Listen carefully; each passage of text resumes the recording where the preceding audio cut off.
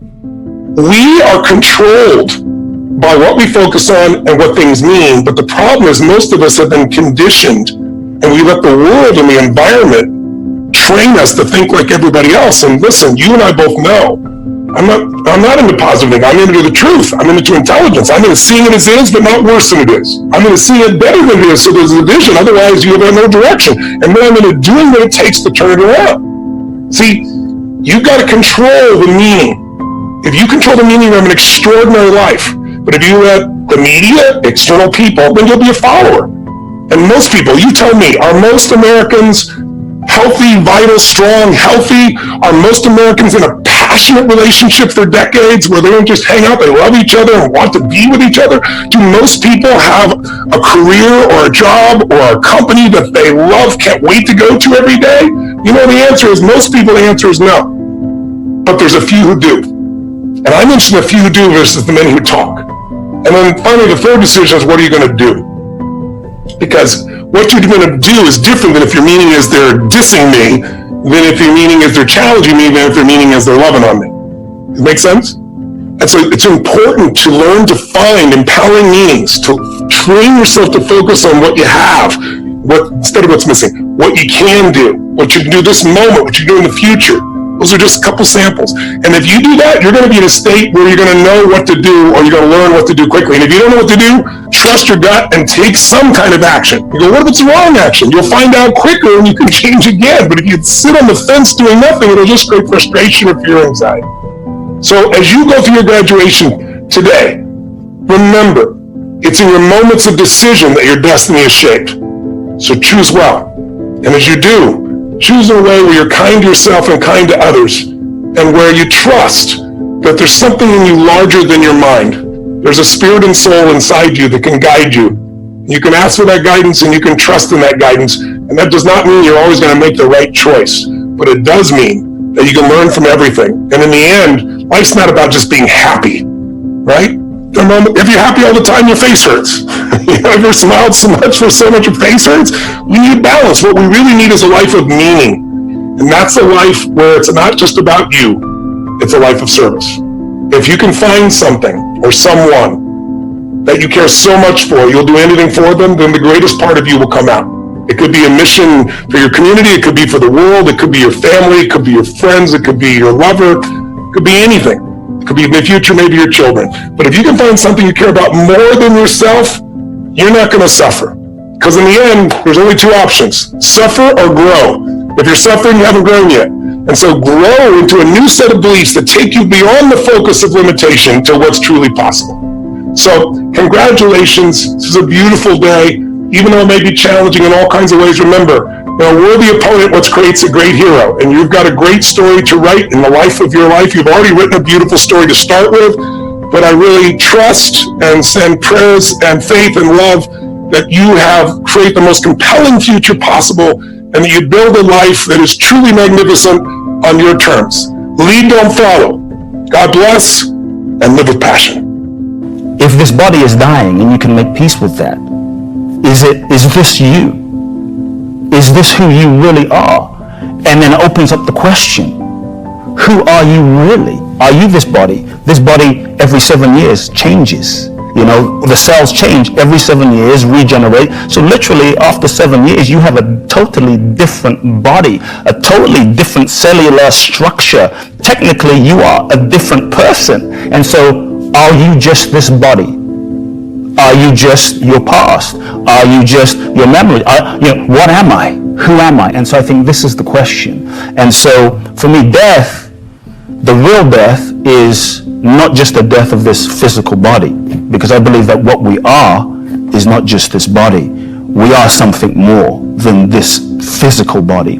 I think the real death is the letting go of the attachment and the identification of this conditioned sense of self that we have learned to be based on our past, based on our experiences, based on our childhood, based on our conditioning, based on what our parents told us. You're this kind of person, you're not this kind of person, you'll never make it, you're stupid, you're amazing, you're great, you're not good at math, you're not a creative person. And so we identify with these thought forms, and we identify with these belief systems, and then we hold tightly onto this sense of, identification as a sense of me. And so really, I like to question people and ask you, is who you are who you really are? You look at a child is in touch with its innocence. A child is in touch with his or her aliveness. It will dance naked. It's not thinking, am I fat? What do you think? It's just that's freedom. That's liberation. That's freedom. They're in touch with, I like to call it the divine, their essence, their soul. There's a free expansiveness that they're in touch with. But what happens? We're born into a world where we meet our parents.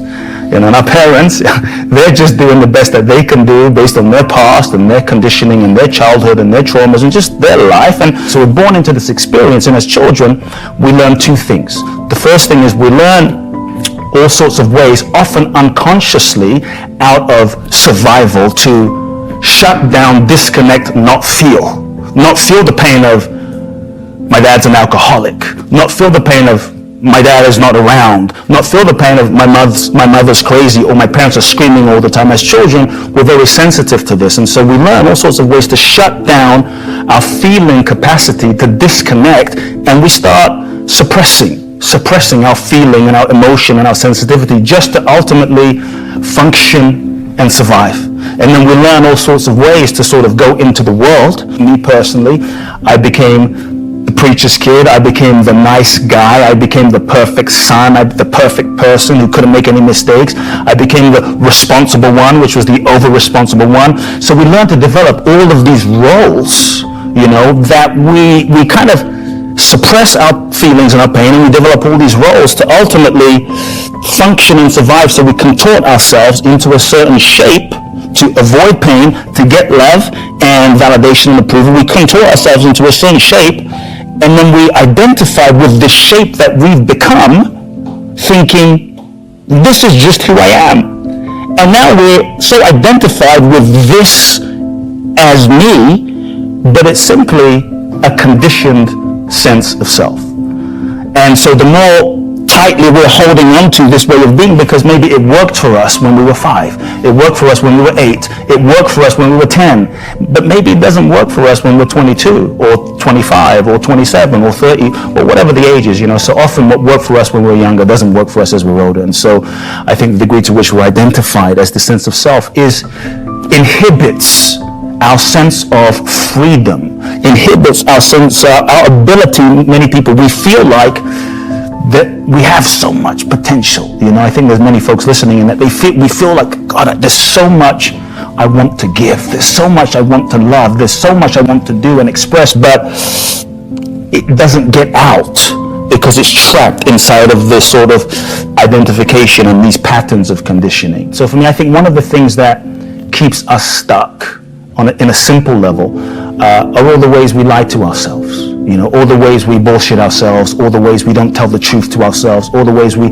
rationalize, I'm in a relationship and it's not so bad. It's okay. I should be grateful, and the truth is, we know it's not aligned.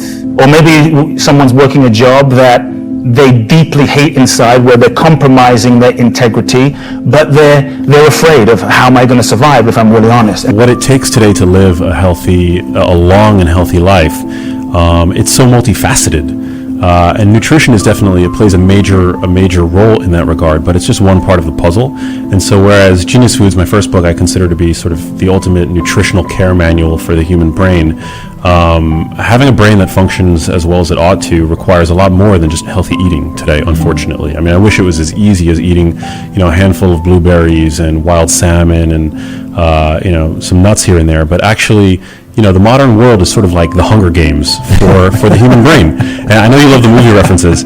And we're just we're being attacked from every which way, from, the industrial chemicals which we are confronted with on a daily basis, many of which we've been exposed to for the entirety of our lives, to the fact that leisure time physical activity is at an all-time low, to the fact that our food supply has become saturated with ultra-processed foods, to the fact that our circadian clocks are completely out of whack. So the Genius Life, I really explore all of the facets of what it takes to live healthy. I include nutrition and diet as well, but it's really packed with sort of the little changes that you can make in your day-to-day life that are going to have big wins in terms of your health. When you were doing the research, what was something that really surprised you?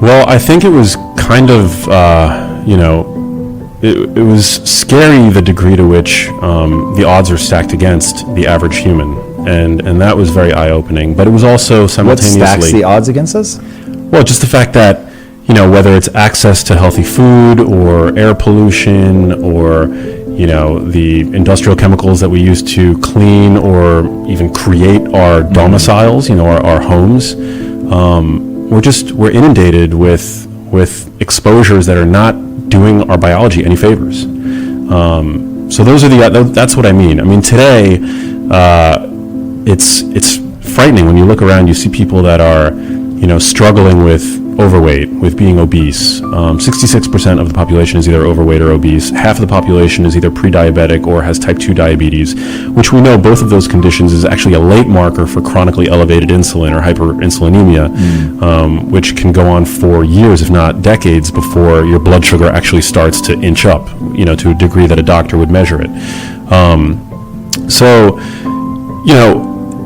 People are not well. If you live to the age of 85, you have a 1 in 2 chance of being diagnosed with Alzheimer's disease.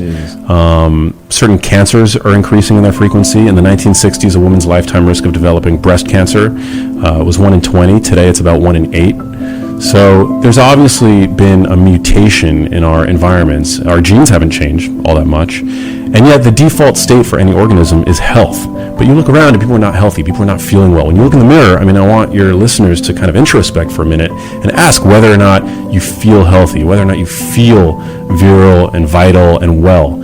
And I wrote this book and I became obsessed with this topic and really communicating this message to anybody who will listen ultimately, because my mom was so sick. And I feel in many ways that she was the canary in the coal mine for the modern way of life. I never look at it as investments, believe it or not. I just look at it as partnerships, help changing the world, and just being part of something that's inspiring.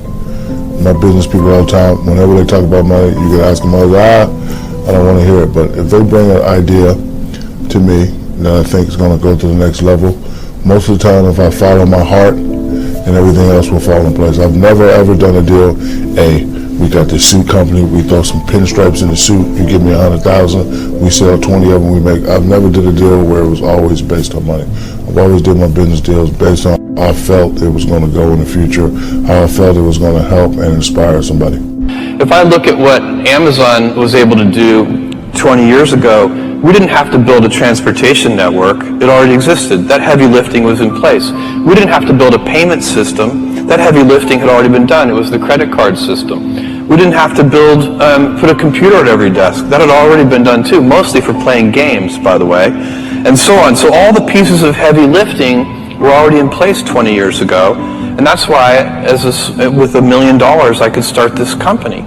Today, and then there are even better examples on the internet over the last 20 years. Facebook started in a dorm room. I guarantee you 2 kids cannot build a giant space company in their dorm room. And don't be so concerned about what you're going to do with those people, but you want to, the joint brain is, there's nothing the joint brain, collective brain, or brains, can't overcome. And I give the example of the atomic bomb, the Manhattan Project, and they were put together and they were told, we need to develop a weapon of mass destruction, which they didn't call it that back in those days, in the middle 40s, to end the war in the Pacific. And they did. They didn't know if it was implode or explode, but they did. But if your team doesn't look like that, then you should, I won't say you should give serious thought, you should just change. how much exposure is it? Like Tyler will tell you, sitting right here, one of the only times I still do free work is if it's massive exposure. There are 49,000 people in the audience. I'm like, oh, it's still a lot of exposure. You know, like it's live on, you know, it's during the Super Bowl. Like I'll pay somebody to put me in a Super Bowl commercial, right? Like when I get exposure, and that's where I'm at now. For you, when you pick these 5 restaurants, let it be the biggest restaurants in your 30-mile radius. Let it be the kindest.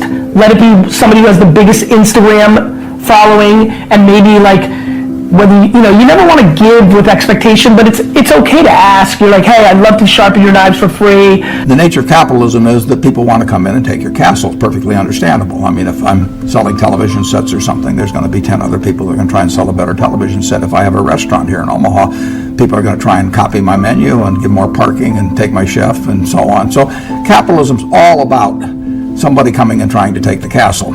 Now, what you need is a castle that has some durable competitive advantage, some castle that has a moat around it. And that moat, one of the best moats in many respects, is to be a low-cost producer. But sometimes the moat is just having more talent. I mean, if you're the heavyweight champion of the world and you keep knocking out people, you've got a competitive advantage as long as you can keep doing it. And it's very profitable if you're the one that happens to be able to do it. If you can turn out great motion pictures, I mean, Steven Spielberg, I mean, he's a fellow to bet on, and it has enormous economic value.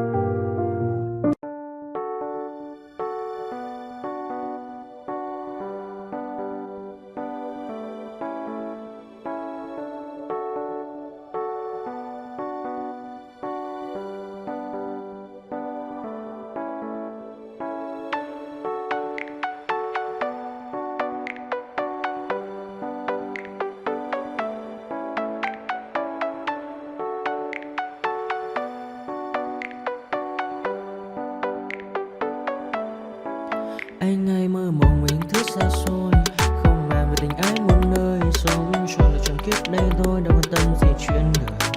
Thế mà lại ngâm tương tư, ông tầm bà muối xe tơ, đêm nằm trộm nhớ mơ mơ về ai.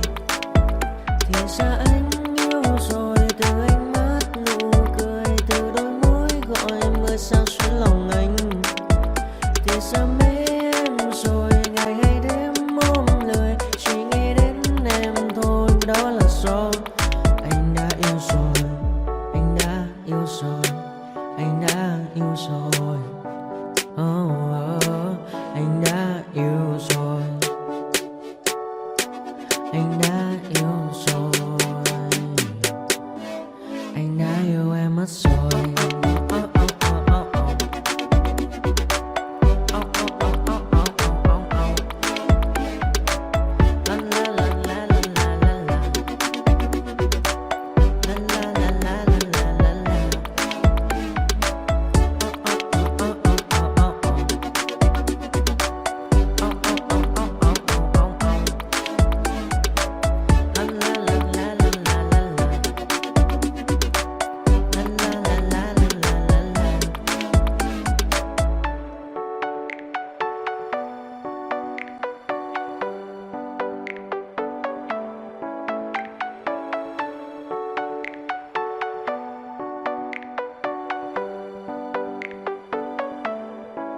Anh hay mơ mộng mình thứ xa xôi, không màng về tình ái muôn nơi. Sống cho là trọn kiếp đây thôi, đâu quan tâm gì chuyện đời. Thế mà lại nằm tương tư, ông tầm bà mới xa tơ. Đêm nằm trộm nhớ mơ mơ về ai.